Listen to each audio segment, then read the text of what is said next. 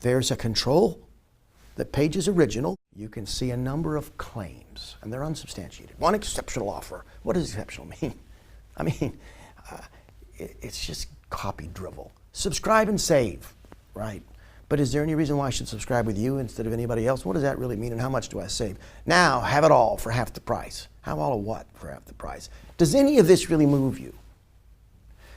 Last week, we talked about helping the customer, the prospective customer, move through an inference process. And we said the key to that was to give them a set of observations that they can process. When they process those, they're going to infer from them a conclusion. And we said that conclusion precedes the decision.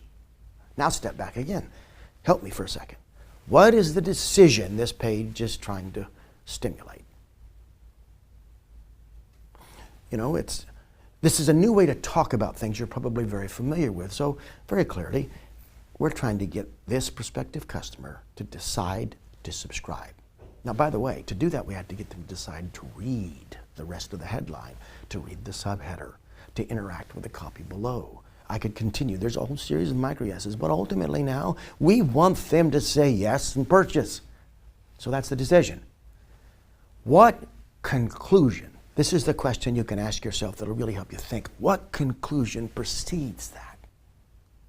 If you're starting to get it, let's take a step forward and sort of help shape it again using the content that we've been learning.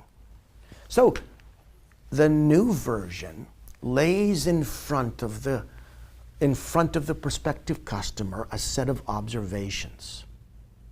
Now there are only 3 here. And you might say, is 3 enough? Oh, 3's ideal. All we want you to do is some basic math. And that basic math involves